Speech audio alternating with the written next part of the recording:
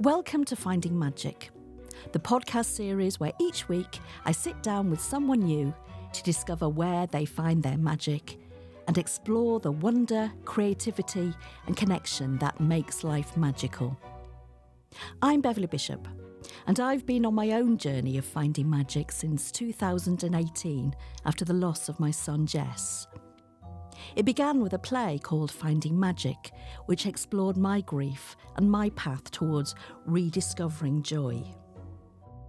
Today, we're stepping into the magic of childhood, that limitless world of imagination, wonder and adventure. And who better to guide us than children's author Keith Hatton? Keith is the author of Professor Plunder's Time Machine, Agent Purple Panda and the Rogue Penguin, and The Marvellous Mechanic and the Satellite Catastrophe. Stories that capture the wild, inventive magic of childhood. Keith, welcome to Finding Magic. Hiya, Bev. They're a bit of a mouthful, aren't they, those titles? Yeah, they are a bit of a mouthful. So what inspired you, Keith, to write stories, well, specifically for children? I think it comes down to my upbringing, my life as a child. We had lots of space to explore and be imaginative and creative. And my mum and my dad were very creative-minded people and very supportive. And I just used to love writing stories, more even than I like reading stories. I just loved writing. And I think it's just because of having that space to do it. So I think I got the sort of idea of being a writer from that, and then became a teenager, forgot all about it, and then an adult, and serious things start happening when you're an adult, and finally refound it when as a teacher, because you have to teach it, and seeing the wonderful ideas that children have. And I finished after 10 years of teaching. I decided I wanted a creative outlet, and something sparked in me that I should write a story. So I wrote The Christmas Emergency, which was my first story, and then couldn't stop me. I just kept going from there. And childhood is full of wild ideas and big adventures. How do you tap into that energy when you write? I don't know. I just think I'm just a bit of a big kid inside. I think we probably all are. We're all sort of adults, but inside we're all children. And it's just something that I find quite natural, really. I love using my imagination. I love creating characters and stories. And yeah, it's just a magical place to be. Yeah, what a fabulous gift to have.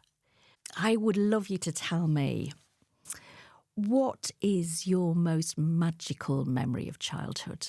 So I would say probably when we had a lovely garden. We had a big garden with lots of little cubby holes to hide in. And there was one particular area. There was a gorgeous Wendy house. And behind the Wendy house, there was this big clump of bamboo that sort of grew in a circle. And you had to kind of squeeze through the bamboo. And then you were in this sort of little den. And I just remember playing so many different little games, whether it was sort of cowboys or monsters or whatever it was, sometimes by myself and sometimes with my friends or with my sisters.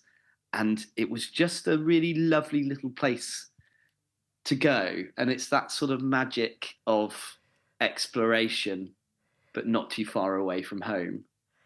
And that ability to just make a space into anything that you kind of want it to be, that I remember so well. Gorgeous. And have you ever used that in any of your stories? What the bamboo? Yeah. I should have done, shouldn't I? There comes inspiration for your next book. Well, I suppose I'm noticing it more with my children. Yeah, they love having like a little area to go. There's a place near us called Anglesey Abbey, and there's an area it's got a wonderful play area that we walk to. You have to walk. You have to work for your play area at Anglesey Abbey, and before the play area, there's just a clump of sort of trees, small trees, and the kids always go there. They don't go to the play area. They go there and they play there for hours. And it's like their little den. I suppose it's like a family trait or something like that. But, Well, I have to say, I love dens as well. I used to make a den out of my mum's clothes horse and bedspreads. So I think, yes, as kids, we love dens. yeah. Maybe there's something in it. Maybe there's just a book about building dens. Maybe. How do you tap into the energy of children when you start to write, and your own playfulness, I guess, and the child that is still inside you? So when I go into schools, I often say to kids, your ideas will be much better than my ideas. And it's funny because we'll do like writing workshops and things, and I give them something to write about, and they'll just come up with stuff. It's like, oh, yeah, why didn't I think of that? And in a way, I think actually, if you can, I've got 2 children, so the imagination is just flying all over the place. But if you can talk to kids and communicate with them and ask them what they would do, often that will spark something off in you. I think for me, I've always had this sort of inner creativity, like this sort of inner silliness, I suppose, and that doesn't necessarily always transpire, in life. I'm not always the life and soul, but it sort of goes onto the paper. It's like, oh, I've got this idea. It goes onto the paper, and it's that feeling of when you have an idea, that buzz that you get, especially when because I type away on my computer, especially when you're typing away, and you're making yourself smile or laugh or even cry. Sometimes you might write something that will actually make you emotional and cry, and it's a real kind of it's a real outlet. So I don't know. It just sort of comes, I suppose, for me. And I can see it's there, it's innate in you, because as you're talking to me, your passion and your enthusiasm is like bursting out of the screen. It's so absolutely fantastic to see. Well, I love it. I really love it. Yeah. I love it when I get the chance to do it, and it's definitely magical. Do you have an excerpt from one of your books that you would be happy to read? Yeah, I do. So this is an extract from one of the Professor Plunder's Time Machine books. It's the 3rd book. It's called The Doors of Doom, and this is part of a workshop that it's an excerpt that I would read to kids to kind of fire up some ideas, and it's about opening doors. It's about portals into another world. The kind of Lion, the Witch, and the Wardrobe kind of idea that you can walk through somewhere and then it's completely different, and then you can do whatever you like. So the character is Ava. She's not the main character. Professor Plunder's the main character. She's the professor's niece, mm-hmm. and she's currently in his evil lair, looking for a certain part that will help her to make her time machine work. Mm-hmm. And she's found this corridor, and it's a corridor of doors. And she knows that inside one of those doors is this certain something that she needs. But she doesn't know what's behind the others. So this is how it's described. Leaning against the wall, Ava stopped to take a few deep breaths before heading down the next corridor. In front of her were 6 doors, all a different colour. As well as the brown door she had entered previously, which led to the professor's office, there were red, green, blue, yellow, grey, and black. each with code panels next to them. Behind which door would the professor hide his most prized possession, the mysterious Emelium stone? Ava's thoughts whirred around her head. Which colour would you have picked first? Red for Oblock's one's angry eyes, green for the colour of envy, blue for the feeling of sadness, yellow for sickness, grey for miserable cloudy days, or black for the colour of the professor's heart. It's got to be black, muttered Ava, Uncle's favourite colour. She crept up to the jet black door, removing the keyring from her pocket and choosing the plastic key card. Swiftly, she swiped it across the control panel, which beeped and lit up green. The black door swung open, and Ava gasped as she glimpsed what was waiting inside. Da, da, da. And you see, it could be anything. It could be anything. And you know, when you were reading that, I could see the doors, and I could see Ava, and you painted that picture so clearly and so beautifully, and it's like, now I want to see what is behind that black door. And I really loved how you used the connected the doors to emotions as well. Yes, absolutely. Well, because she's got a choice to make, so she's sort of trying to work out where this Emelium stone would be, because it's like a prized possession for the professor. So she's gone for what she thinks he would do. But actually, I talk to kids about it. It's like, well, would he hide it in the thing that you think that he would do, sort of thing. So yes, so there's lots of different things, and for me, it opens doors literally and figuratively, because every single chapter is a new door that's opened, and a new adventure to go on. So it gave me more to write about. It sounds like a great adventure in itself, your writing process. The fact that, I get the impression that, there are occasions when you start and you just keep going because the ideas are flowing. Yeah, well, sometimes that's the case, and sometimes it's not. It's not unknown to have a little bit of writer's block, but I think the key thing is to have sort of faith in the concept. Yeah, because if you like the characters and the concepts, then you will move on with it more, and you'll actually sit and enjoy it rather than kind of banging your head against the wall thinking, well, it has to come out, And actually, Professor Plunder's really, it's completely from the top of my head. Apart from the fact he goes back in history, I do research on the historical facts, but it is as much from the top of my head as it possibly could be, and I love that. I love that place. Yeah. But I will also advise people to write about what they know as well, what they love. My newest book, which is called Nature Boy, that's very, very much, it's so different to Professor Plunder. Professor Plunder's Time Machine's quite silly, really.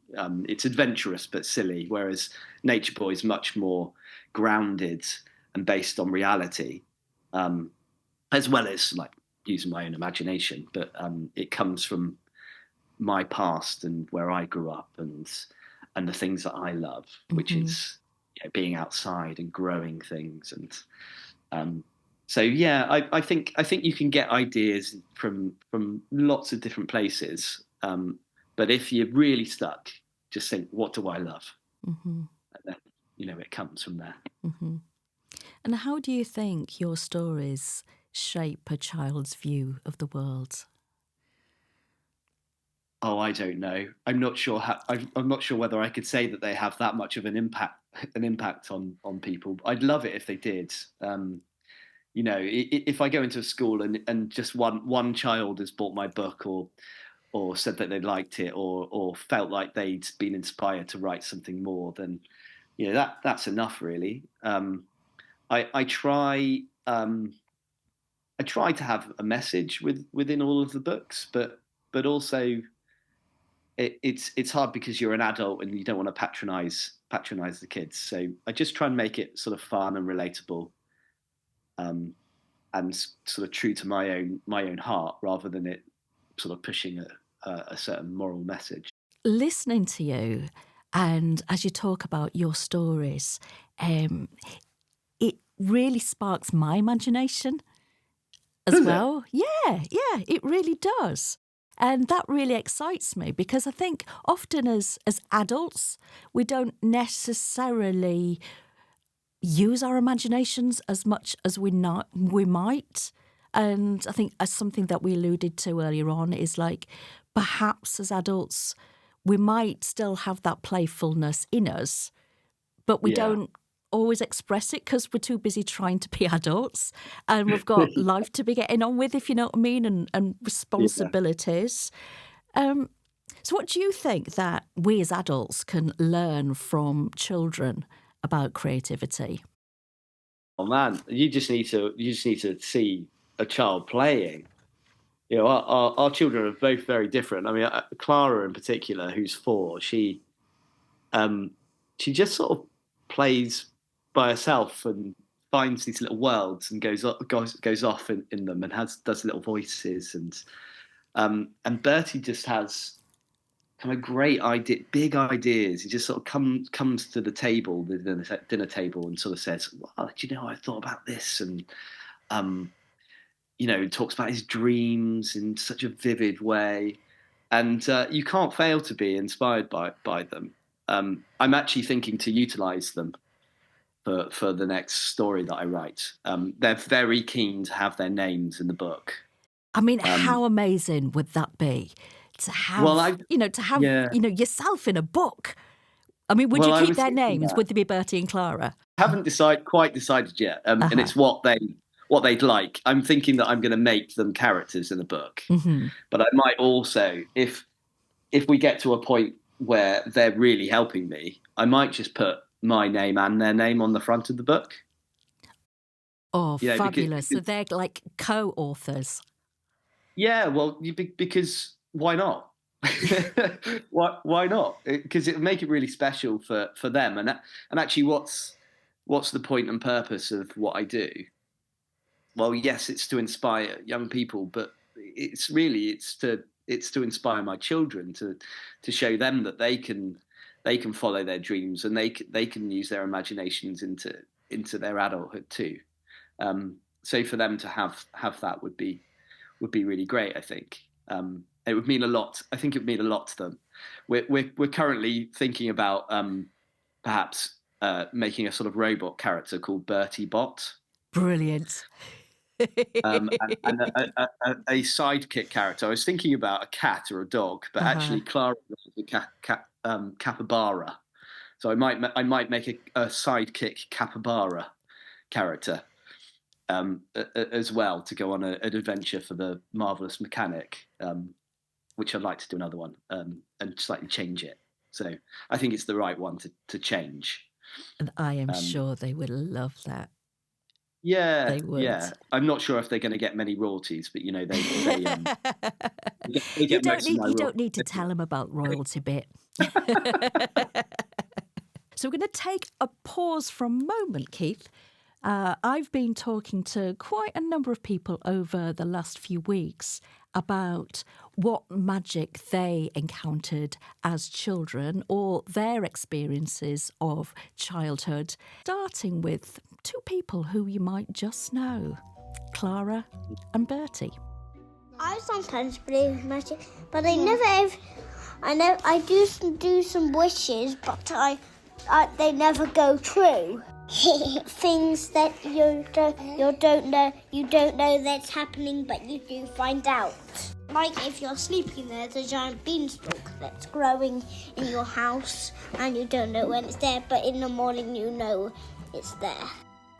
I think that magic really sort of starts when you're a child. Everything is magic to you then. The whole world's new experiences, etc. But it's something that we lose, I think, as we get older. So I'm now actually rediscovering it. Now I'm retired, I'm finding magic in things again. Magic is amazing, and magic's just really fun. So when I say the word magic, what kind of things does it make you think of? We've said Abracadabra. oh, abracadabra, that's a brilliant magic spell, isn't it? Yes. My dad told me stories when we went for walks, and I can remember him sort of pointing out particular structures and telling me that that was where the goblins lived. I believed that there were goblins living in these little dome-like sort of structures. I can picture in my head sort of where they were and what they looked like. I was 4, and I swear to this day I had Father Christmas bringing my pram upstairs in the middle of the night when it was dark. When I woke up next morning, there was the pram. Beautiful pram. I was the only one in the street with the Silver Cross pram. Looking back, it would probably be having those few minutes with the boys when they were little, after they'd had a bath and cuddled up in the gym jams and reading to them, just reading them a story, being caught up in that, in the sense of wonder and excitement just before they go to bed. Can we wish Bev a magical day? Should we say, have a magical day? Have a banana day. Have a magical banana day. Do you ever test out your stories with your own children and, well, indeed other children as well? Do you know, it's so funny when I read one of I find it very uncomfortable to read one of my stories with my children, because it feels a bit sort of I don't know, like what's the word? Just I'm not very good at sort of throwing myself out there, you know, and it feels a bit much, and they're quite funny. They'll sit and listen to it, but they won't they won't say very much, and quite often I'll find my books sort of discarded. Like, you know, either it's sometimes in the bookshelf, but under the sofa, or you say, "Oh, thanks very much." Yeah. That's just Dad's. Well, it is. No, it is, and actually, long term, I think they really love the fact I write books, and recently I've been into their school and you know, as an author, and I think they love the fact that they have someone who writes books, because in primary school, it's writing books, reading books. It's a massive thing, isn't it? Yeah. And so they feel like I'm some sort of famous author, which you know, I'll let them fill that facade. Yeah. What advice would you give to aspiring children's writers who want to capture the magic of childhood in their stories? Firstly, I think just write something that you love. Write about something that you love. I think also, if it's possible to do some research, it's good. I sort of naturally do lots of research on children's books because I read so many children's books to my children. So I'm kind of at an advantage. But if you've got a chance to read children's books and read children's books to children and see the sort of reaction that you get, that's really helpful research. And I think just sort of write from your heart. And then once you've written a story, try, if you possibly can, to then read it to children and see what their reaction is. Which I'm lucky because I go into lots of schools, so I have lots of different schools that I could possibly pop into and read something, and they're fantastic critics. Usually they just, oh, that was a nice story, you know, but also they'll give you some ideas, and if you say, well, I'm not sure about this bit, could you help me out? And they love to assist. So yeah, if you're not a child yourself, you need to find some children to speak to if you possibly can, and they'll give you the best advice possible. And finally, if you could give every child in the world one gift, not a physical object, but an experience or a feeling, what would it be? I'd probably give the gift of growing something. So the idea of having a tiny little seed and watching it grow and then turn into something huge, or something that will give you something else, I think it's so incredible. and it just sort of happens.